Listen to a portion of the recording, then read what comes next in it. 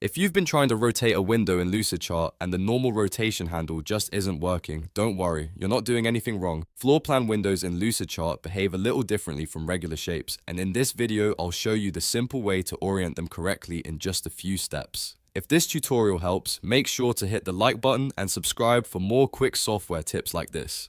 Let's jump right in. First, open your Lucidchart floor plan and go to the shape library. Find the window shape you want to use, then click and drag it out onto your canvas. At this point, you may notice that the window does not rotate like a normal object. That's because Lucidchart treats floor plan elements differently so they can snap properly to the structure of the room. Next, bring the window close to the wall where you want it placed. Instead of trying to manually twist it with a rotation handle, simply hover the window directly over the wall surface.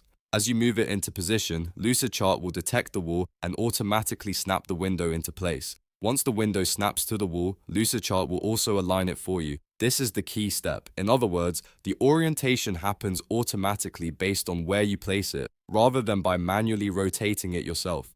So if the window is facing the wrong direction, just move it off the wall slightly and place it again on the correct side until it aligns the way you want. If needed, keep adjusting the position by dragging the window a little higher, lower, left or right along the wall. This can help you fine-tune the placement so it looks clean and matches your floor plan layout. The important thing to remember is that the snapping behavior is what controls the orientation, not the regular rotate tool.